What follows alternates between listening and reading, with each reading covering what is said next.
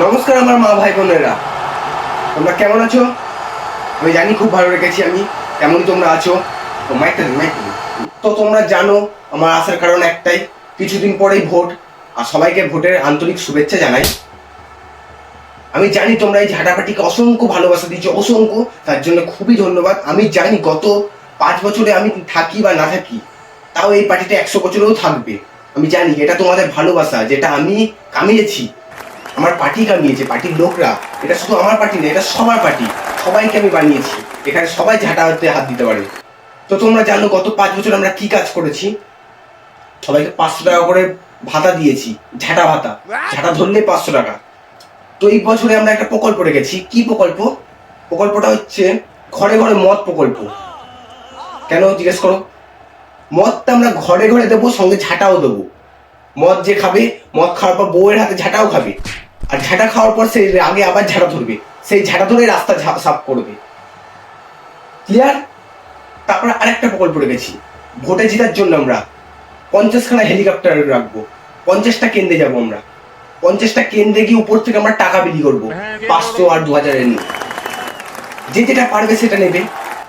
ঝাঁটাপাটির থেকে একটা গিফট। কি শিক্ষা? না না, শিক্ষা বিজ্ঞান নিয়ে আমি বলতে পারছি না, ওটা শিক্ষা দপ্তরে চলে যাবে। কি ওয়াটার সাপ্লাই? না না, ওয়াটার, আপনার চুপ করুন তো। এত কথা বলতে হবে না। জনতা জিজ্ঞেস করবে আপনি কি করতে জিজ্ঞেস করছেন, আপনি চুপ থাকবেন। আর যদি জিজ্ঞেস করার খুবই প্রয়োজন হয়, তাহলে স্টেজ থেকে নেমে গিয়ে আমার লোক আছে ওদের কাছে জিজ্ঞেস করুন, বাউন্সার গুলো আছে ওদেরকে জিজ্ঞেস করুন।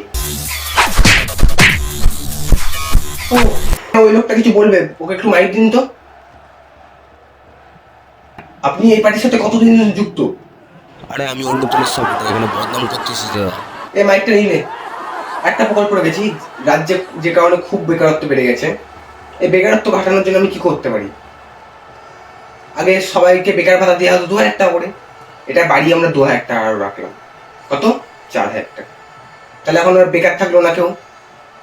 সরকারি কর্মী 2000 টাকা, তাহলে একটা মাসিক বেতন পেয়ে যাচ্ছে তারা। তাহলে আর আমি একটা এই বছর প্রকল্প লঞ্চ করতে চাইছি, যেটা হচ্ছে বাইরে প্রকল্প, শুধুমাত্র বেকারদের জন্য।